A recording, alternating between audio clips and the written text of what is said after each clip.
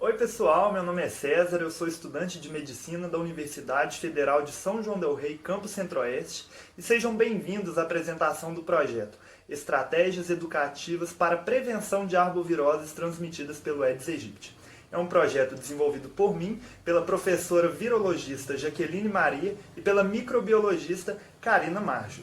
E eu vou falar sobre 3 doenças, que são a dengue, a zika e a chikungunya.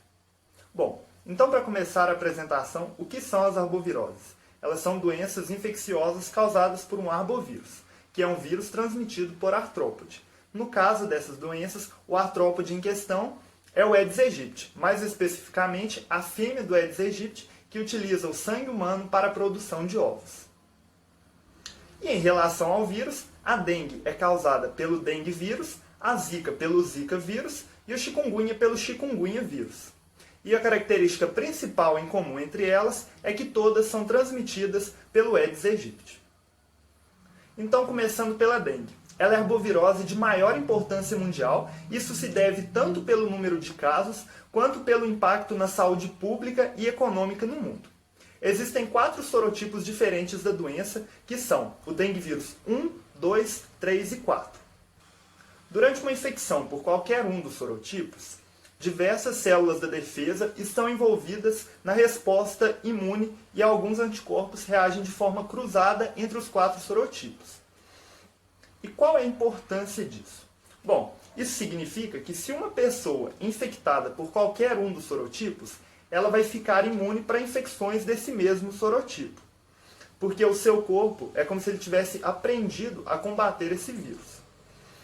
Mas devido ao fato de alguns anticorpos reagirem nos 4 sorotipos da doença, a pessoa vai ter uma leve proteção contra outros sorotipos também. Caso você seja reinfectado por um sorotipo diferente daquele que você já pegou antes, a probabilidade de você desenvolver a forma grave da doença, que é a forma hemorrágica, aumenta, porque o seu sistema imune não vai reagir da forma adequada como era antes. Então, se uma pessoa vive em uma área endêmica de dengue, ela pode contrair a doença até 4 vezes em sua vida e desenvolvê-la. E essa é uma imagem do dengue vírus feita por microscópio eletrônico. E agora, uma visão do panorama da dengue no mundo. Ela está presente em mais de 125 países, principalmente nos que estão próximos à linha do Equador, que são esses destacados em verde, o que resulta em cerca de 4 bilhões de pessoas em áreas de risco e cerca de 100 milhões de casos por ano. E desses, cerca de 500 mil evoluem para a forma grave da doença, a forma hemorrágica, e aproximadamente 20 mil pessoas morrem todos os anos por causa da dengue. Além disso, ela tem um custo de aproximadamente 3 bilhões de dólares no mundo todos os anos. No Brasil, em 2019, foram registrados quase 1,5 milhão de casos, o que gera uma média de mais de 6 mil infecções por dia e um aumento de 600% em comparação com 2018, mostrando então que as medidas de combate à dengue não estão sendo feitas de forma eficiente, totalizando em 591 óbitos. E Minas Gerais foi então o estado com o maior número de casos, 471.165. E em Divinópolis foram 17 óbitos confirmados e outros 13 ainda estão em investigação, além de 183 casos com sinais de alarme ou manifestações graves. Bom, em relação à apresentação clínica, como a dengue se manifesta? Ela pode ser assintomática, sintomática ou evoluir para a febre hemorrágica. Os principais sintomas são febre de início súbito, dor de cabeça, em especial aquela dor atrás dos olhos, dores musculares e articulares, erupções cutâneas, mal-estar e cansaço. E na febre hemorrágica, há manifestações de hemorragias e perda de plasma para as cavidades do corpo. E o que você deve fazer se apresentar esses sintomas? A primeira coisa é procurar imediatamente um serviço de saúde. Você também deve se hidratar e, se for tomar alguma medicação para baixar a febre ou diminuir essas dores, você deve ser com dipirona ou paracetamol. Nunca deve usar aspirina devido ao risco de hemorragias. Em relação ao tratamento, não existem fármacos antivirais específicos para a dengue e o tratamento então é apenas para os sinais e sintomas da doença, além de não existir vacina que seja segura e eficaz. o que mostra então a importância do combate ao Aedes aegypti, que é a principal forma de diminuir o número de casos. E agora eu vou falar da Zika, que é uma doença febril aguda que tem esse nome por causa do local onde ela surgiu, na floresta de Zika, lá na Uganda. E uma característica importante da Zika é que, além da transmissão pela picada do mosquito, ela pode ser transmitida também por via sexual e gestacional, mostrando a importância do uso da camisinha, que além de prevenir diversas doenças como a AIDS, tantas outras doenças, impedir uma gravidez indesejada, por exemplo, ela também protege contra a infecção do Zika. E essa é uma imagem do Zika vírus feita por microscópio eletrônico. No Brasil, em 2019, foram registrados quase 10 mil casos de Zika e em Minas Gerais foi o quinto estado com o maior número de casos, com um aumento de 622% em comparação com os números de 2018. Além disso, 1.649 gestantes tiveram Zika no Brasil, que é muito preocupante devido à possibilidade do bebê nascer com microcefalia, que eu vou explicar agora mesmo, logo adiante. Bom, em relação à apresentação clínica, como a Zika se manifesta? Os principais sintomas da doença são febre, dor de cabeça, principalmente aquela dor atrás dos olhos também, como na dengue, dor nas articulações, vermelhidão nos olhos, dor muscular, manchas vermelhas na pele acompanhadas de coceira, dor abdominal. Então, assim, são bem semelhantes aos sintomas da dengue. E ela também, assim como a dengue, pode ser apresentada de forma assintomática.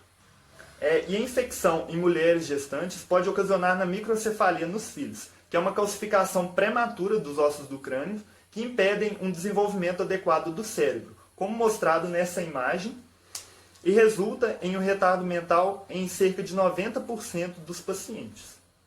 Além disso, também podem ocorrer problemas neurológicos nos adultos, como meningite e a síndrome de Guillain-Barré, que é uma doença em que o sistema imune ataca o sistema nervoso e a pessoa desenvolve uma fraqueza muscular que pode durar meses ou anos. Além disso, ela também não tem cura. E o que você deve fazer se apresentar os sintomas de Zika? Bom, a primeira coisa é procurar um serviço de saúde imediatamente, mas você também deve se hidratar e, se for tomar alguma medicação para baixar a febre ou diminuir as dores, que seja com dipirona ou paracetamol. A aspirina também não é recomendada devido ao risco de hemorragia. Em relação ao tratamento, assim como a dengue, também não existem fármacos antivirais específicos para a Zika e tampouco uma vacina que seja segura e eficaz. Então o tratamento ele se limita aos sinais e sintomas da doença, o que mostra a importância do combate ao Aedes aegypti, que é a principal forma de diminuir o número de casos. E por fim, agora eu vou falar da chikungunya, que tem esse nome por causa do seu país de origem, que é a Tanzânia, que significa tornar-se contorcido. E isso é devido à principal característica da doença, que é o acometimento articular. E essa é uma imagem do chikungunya vírus também feita em microscopia eletrônica.